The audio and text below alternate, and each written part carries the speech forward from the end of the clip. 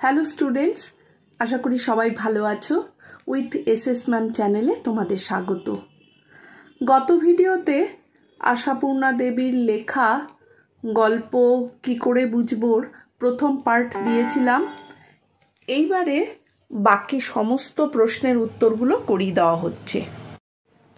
চলো তবে শুরু করি। একের দাগে প্রশ্নটি হলো, আশাপূর্ণা দেবীর লেখা দুটি উপন্যাসের নাম লেখো। উত্তরে লিখবে প্রথম প্রতিশ্রুতি ও সুবর্ণলতা। 2, আশাপূর্ণা দেবী তার সাহিত্য কৃতির জন্যে কোন কোন বিশেষ পুরস্কার লাভ করেন। উত্তরে লিখবে জ্ঞানপীঠ পুরস্কার, সাহিত্য একাডেমি পুরস্কার ও পদ্মশ্রী। 2 দাগের প্রশ্নটি একটি বাক্যে উত্তর দাও। 2-1, বুকু কোথায় বসে খেলা করছিল। বুকু বাড়ির বাইরের রোয়াকে বসে খেলছিল। 2-2, রিক্সা থেকে কারা নামলেন। উত্তরে লিখবে রিক্সা থেকে কয়েকজন অতিথি নামলেন, যাদের মধ্যে ছিলেন বেনু মাসি, ছেনু মাসি আর ডাম্বল। 2-3, ডাম্বল আলমারি ভেঙে কার বই নামিয়েছিল। উত্তরে হবে বুকুর সেজ কাকার বই নামিয়েছিল। 2-4, বুকুর মার কি কেনা ছিল। উত্তর হবে বুকুর মায়ের সিনেমার টিকিট কেনা ছিল। 2-5, বুকু আর বুকুর সেজ খুড়িমা অতিথিদের জন্য কি খাবার নিয়ে আসে। উত্তর হবে চা, বড় বড় রাজভোগ, সন্দেশ, সিঙ্গারা আর নিমকি নিয়ে আসে। 2-6, বুকু কোন স্কুলে ভর্তি হয়েছিল। উত্তর হবে বুকু আদর্শ শিক্ষা প্রতিষ্ঠান স্কুলে ভর্তি হয়েছিল। 3 দাগের প্রশ্নটি, নিচে প্রশ্নগুলোর সংক্ষিপ্ত উত্তর দাও। 3-1, বুকু খেলতে খেলতে তাকিয়ে অবাক হয়ে যায় কেন। বুকু খেলতে খেলতে তাকিয়ে অবাক হয়ে যায় কারণ হলো দুজন মোটা মহিলা ও একটি বুকুর বয়সী মোটা ছেলে রিক্সা গাড়ির অতটুকু খোলের মধ্যে জায়গা হলো কি করে, এই কথা ভেবেই বুকু অবাক হয়ে যায়। 3-2, সিঁড়ি ভেঙে আর উঠতে পারবো না বাবা। কারা এ কথা বলেছেন। উত্তরে লিখবে উত্তরপাড়া থেকে আসা ছেনু মাসি এ কথা বলেছেন। তারা সিঁড়ি ভেঙে উঠতে পারবেন না কেন। কারণ তারা মোটা আর উত্তরপাড়া থেকে 2 বার বাস বদল এবং 1 বার রিক্সা এসে হাঁপিয়ে উঠেছেন। 3-3, ও কি কাণ্ড করেছো তুমি। কে কি কাণ্ড করেছে। উত্তরে হবে বেনু মাসির ছেলে ডাম্বল আলমারি ভেঙে বুকুর সেজ কাকার বই নামিয়েছে। 3-4, বুকু অবাক হয়ে ফেলফেলিয়ে মায়ের মুখের দিকে তাকিয়েছিল কেন। বুকুর মা ঘরে ঢুকে যেভাবে ছেনু মাসি আর বেনু মাসিদের উষ্ণ অভ্যর্থনা জানান, তাতে বুকু অবাক হয়ে ফেলফেলিয়ে মায়ের দিকে তাকিয়ে থাকে। কারণ মায়ের এই পরিবর্তন তাকে অবাক করে। যখন সে তাদের আগমন বার্তা মাকে জানিয়েছিল, তখন তার মা অসময়ে অতিথি আসার জন্য চরম বিরক্তি প্রকাশ করেছিল। একই বিষয়ে 2 প্রকার ব্যবহার বুকুকে অবাক করে। 3-5, ছেলের কথা শুনেই বুকুর মার মাথায় বজ্রাঘাত। ছেলের কথা শুনে বুকুর মার মাথায় বজ্রাঘাত হলো কেন।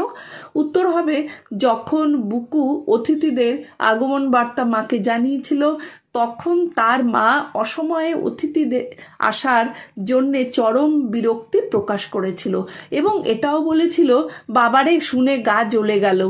তারপর বুকুর মা ঘরে ঢুকেই যেভাবে ছেনু মাসি আর বেনু মাসিদের উষ্ণ অভ্যর্থনা জানান আর কত খুশি হয়েছেন সেটা প্রকাশ করেন, তাতে বুকু অবাক হয়ে যায় আর মায়ের বিরক্তি সূচক মন্তব্যগুলো সব অতিথিদের বলে দেয়।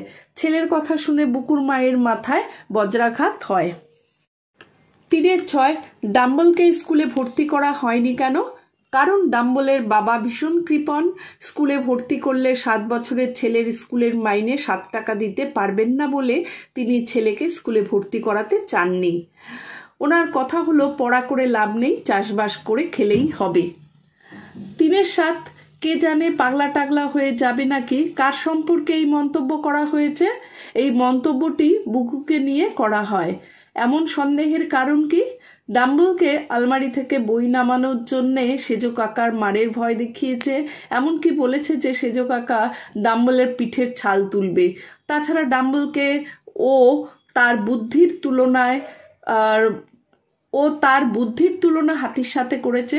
বেনু মাসির মুখ থেকে ছেলের এসব দুর্ব্যবহারের কথা শুনে নির্মলা লজ্জিত হন। ছেলের এসব অসভ্যতার জন্য তাকে ভূতে পেয়েছে কিনা পাগল হয়ে যাবে কিনা এ বিষয়ে সংশয় প্রকাশ করেন। তার এই সন্দেহের কারণ বুকু আগে এমন আচরণ কখনো করেননি। 3-8 দুজনে মিলে চেঁচান, বল বল কেন ওসব বললি? বুকু কেন ওসব বলেছিল? অতিথিরা ফিরে যাবার পর বুকুর মা বুকুকে প্রচণ্ড মারতে থাকেন। ছেলের জন্য অতিথিদের সামনে চূড়ান্ত অপমানিত হতে হয়েছে শুনে বুকুর বাবাও বুকুকে পেটান। তখন বুকু বলে যে দুপুরবেলায় তার মা তাকে 100 বার করে শিখিয়েছেন সবসময় সত্যি কথা বলতে। বুকু সেই কথা বিশ্বাস করে ও মায়ের শেখা মেনে চলেই সত্যি কথা বলে। তাই অতিথিদের সামনে সে সত্যি কথাগুলোই বলেছে। বুকু বুঝতে পারে না সত্যি কথা বলার জন্য তাকে মার খেতে হবে। সেই সত্যি বলার জন্যই মা বাবা রেগে গিয়ে তাকে মারতে থাকেন। 4 দাগের প্রশ্নটি, নিচের প্রশ্নগুলোর নিজের ভাষায় উত্তর দাও। 4-1 গল্পে বুকুর আচরণ তার মাকে অতিথিদের সামনে অস্বস্তিতে ফেলেছিল। বুকুর এই আচরণ কি তুমি সমর্থন করো? বুকু কেন অমন আচরণ অতিথিদের সামনে করেছিল? না, আমি বুকুর এই আচরণকে পুরোপুরি সমর্থন করি না, কারণ অতিথিদের সামনে এমন আচরণ সামাজিকভাবে শোভন নয় এবং মা বাবাকে অস্বস্তিতে ফেলে। তবে বুকুর উদ্দেশ্য খারাপ ছিল না। সে ছোট ছেলে, মায়ের শেখানো সততার আদর্শ মেনে চলতে গিয়ে সত্যি কথাগুলো বলে ফেলেছিল, যার ফলে পরিস্থিতি জটিল হয়ে যায়। তাই বুঝতে হবে বুকুর এই আচরণ করেছে তার সরল মন থেকে, কোনো খারাপ উদ্দেশ্যে নয়।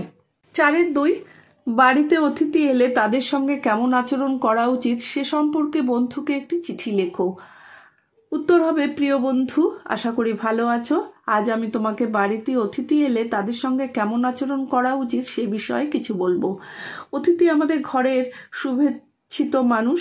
তাদের সঙ্গে সদ্ভাব, হাসি মুখে কথা বলা, শ্রদ্ধা ও যত্ন করে আপ্যায়ন করাই আমাদের কর্তব্য। কোনো রকম বেয়াদবি, অসভ্য আচরণ করা উচিত নয়। যদি আমাদের কিছু জানার থাকে তাও বিনয়ের সঙ্গে বলা উচিত।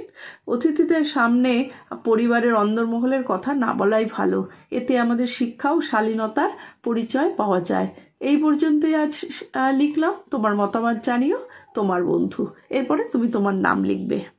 4-3 কি করে বুঝবো আসলে কি করতে হবে? গল্পে বুকু এই কথা বলেছিল, আসলে কি করা উচিত বলে তোমার মনে হয়? বুকু এই কথা বলেছিল কারণ একদিকে মা বলেছিলেন সবসময় সত্যি কথা বলতে হবে, কিছু লুকোতে নেই। আবার সে যখন সত্যি কথা বলল তখন তার বাবা মা তাকে মারতে শুরু করলো। তাই বুকু দ্বিধায় পড়ে যায় কি করলে ঠিক হবে।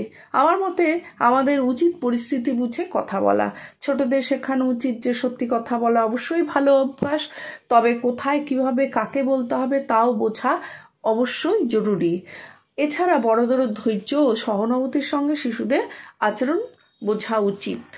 4-4 গল্পে দুটো ছেলের কথা পড়লে বুকু আর ডাম্বল দুজনের প্রকৃতিগত মিল বা অমিল নিজের ভাষায় লেখো। বুকু আর ডাম্বল দুজনেই ছোট ছেলে এবং দুজনেই খেলার সময় নতুন কিছু শেখে, তবে তাদের চরিত্রগত দিক থেকে কিছুটা পার্থক্য আছে।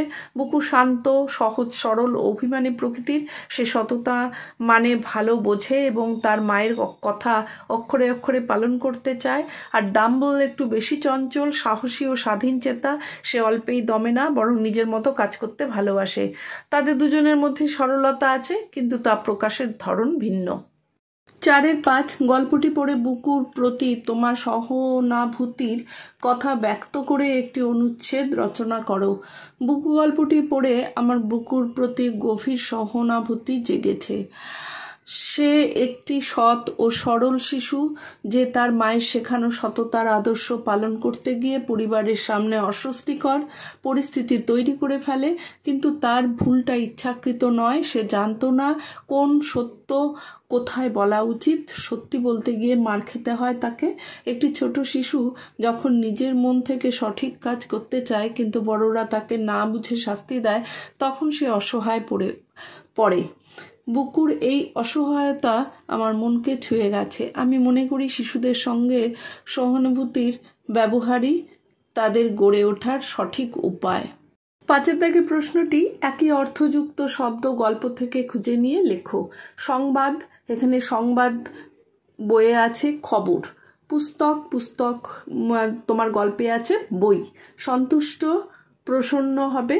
কোমল হলো মোলায়েম আছে গল্পে। আপ্যায়ন হবে, এখানে গল্পে অভ্যর্থনা আছে।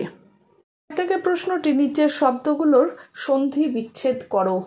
ইত্যবসরে, ইতি যোগ অবসরে, বজ্রাঘাত, বজ্র যোগ আঘাত, ব্যাকুল, বি যোগ আকুল, নিশ্চয়, নিহ যোগ চয়, রান্না, রাধ যোগ না, দুরন্ত, দুহ যোগ অন্ত, সন্দেশ হলো সম যোগ দেশ। 7 থেকে প্রশ্নটি নিচের শব্দগুলোর কোনটি বিশেষ্য এবং কোনটি বিশেষণ খুঁজে নিয়ে লেখো। এরপর বিশেষ্যগুলোর বিশেষণের রূপ এবং বিশেষণগুলোর বিশেষ্যের রূপ লেখো।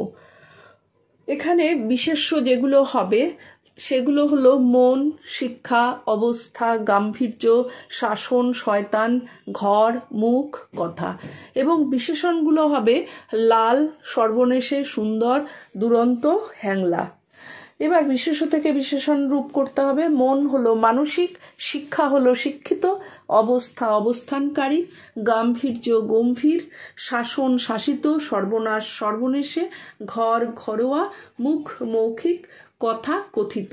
এবার বিশেষণ থেকে বিশেষ্য রূপ, লাল হবে লালিমা, সর্বনেশে হবে সর্বনাশ, সুন্দর হবে সৌন্দর্য, দুরন্ত হবে দুরন্তপনা, হ্যাংলা হবে হ্যাংলামি। থেকে প্রশ্নটি উপসর্গ দিয়ে 5টি করে শব্দ লেখো। অ দিয়ে অপ্রিয়, অসত্য, অশান্ত, অদূর, অজানা। বি দিয়ে বিচার, বিপদ, বিশুদ্ধ, বিরক্ত, বিদ্বান। বে দিয়ে বেআইনি, বেঠিক, বেলাগাম, বেজায়, বেকার। আ দিয়ে আনন্দ, আরাম, আগমন, আজব, আত্মা। প্র দিয়ে প্রভা, প্রকাশ, প্রচার, পরিবর্তন, প্রসাদ। অব দিয়ে অবস্থা, অবনতি, অবজ্ঞা, অবশেষ, অবসর। 9 দিকের প্রশ্নটি সমুচ্চারিত ভিন্নাত্মক শব্দ ও গঠন। শব্দ ও বাক্য। আশা, সরেয়া দন্তে সয়াকার, আশা মানে আগমন, আমি কাল বাড়িতে আসব। আরেকটা আশা, সরেয়া তালবস্যয় আকার, আশা মানে প্রত্যাশা, আমার মনে অনেক আশা রয়েছে।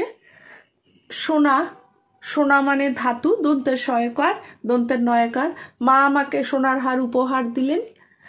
আরেকটা সোনা, তালিবস্যয় ওকার, দন্তের নয়াকার মানে শ্রবণ, আমি গান শোনার সময় মনোযোগী হই। হার, হয়াকার, ডয় শূন্য রয়, শরীরের অংশ, হাড় ভেঙে গেছে। আর আরেকটা হার, হয়াকার, বয় শূন্য র মানে হেরে যাওয়া, এটা আমি আজ খেলায় হার মানলাম। মার, ময়াকার, বসিন র, এটা হলো প্রহার, সে বকা খেয়ে মার খেলো। আর ময়াকার, ডয় শূন্য র মানে ভাতের ফ্যান, মার এর হবে ভাতের মার আমি ফেলে দিই না।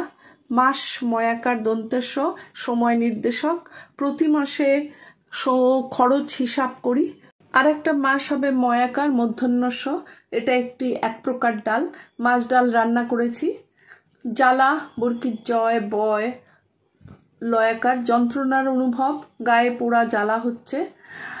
আর বর্গীয় জয় আকার, লয়াকার হলো মাটির বড় কলস, গরমে জ্বালা থেকে জল খেলে আরাম হয়। দেখে প্রশ্নটি, এই গল্পে অজস্র শব্দ দ্বৈত ব্যবহৃত হয়েছে, শব্দগুলো গল্প থেকে খুঁজে নিয়ে লেখো।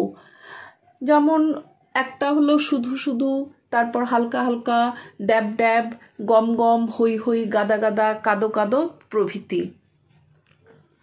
11 দাগের প্রশ্নটি, নিচের বাক্যগুলো থেকে সংখ্যাবাচক পূরণবাচক শব্দ খুঁজে বার করো। 11-1, মা তো সেই 3 তলার ছাতে, 3 এখানে সংখ্যাবাচক। 11-2, 2 বোনের 2 দুগুণে 4টি চোখ কপালে উঠে গেছে, এখানে 2 দুগুণে 4টি, এগুলো সব সংখ্যাবাচক। 11-3, 7 বছরের ছেলের স্কুলের মাইনে 7 টাকা, 7 এখানে সংখ্যাবাচক। 11-4, নিজেই তো দুপুরবেলা 100 বার করে বললে সবসময় সত্যি কথা বলবি, এখানে 100 হলো সংখ্যাবাচক। 12 দাগের প্রশ্নটি, নির্দেশ অনুযায়ী বাক্য পরিবর্তন করো। 12-1, বুকু ছুটে ওপরে চলে যায়, এটাকে জটিল বাক্যে পরিণত করতে হবে। উত্তর হবে বুকু নামের যে ছেলে সে উপরে চলে যায়। 12-2, ছেনু মাসি আর অন্যটির নাম বেনু মাসি, এটাকে সরল বাক্যে পরিণত করতে হবে। উত্তর লিখবে ছেনু ও বেনু নামের 2 মাসি ছিলেন। 12-3, যত বড় হচ্ছে তত যেন যাতা হয়ে যাচ্ছে, এটাকে যৌগিক বাক্যে পরিণত করো। বড় হচ্ছে এবং যাতা হয়ে যাচ্ছে। 12-4, ছেলের কথা শুনেই বুকুর মার মাথায় বজ্রাঘাত, এটিকে জটিল বাক্যে পরিণত করতে হবে। উত্তর হবে যখন ছেলের কথা শুনলো তখন বুকুর মার মাথায় বজ্রাঘাত হলো। তেরো প্রশ্নটি পাকা মাথা এই শব্দগুলোর প্রত্যেকটিকে দুটো আলাদা অর্থে ব্যবহার করে বাক্য লেখো। পাকা, প্রথমটি হবে এই কলাটা পাকা, খেতে মিষ্টি। আর 2 হলো দাদা খুব পাকা রাজনীতি বোঝেন। মাথা, তার মাথায় চোট লেগেছে। আর একটা হলো মাথা ঠান্ডা রেখে কাজ করো। আজ তবে এটুকুই। এর পরের দিন অন্য একটি ভিডিও নিয়ে তোমাদের সামনে আসবো। আর এখনো যারা উইথ এসএস ম্যাম চ্যানেলটি সাবস্ক্রাইব করোনি তারা চটপট সাবস্ক্রাইব করো এবং লাইক শেয়ার কমেন্ট করতে একদম ভুলবে না। চলো তবে, টাটা।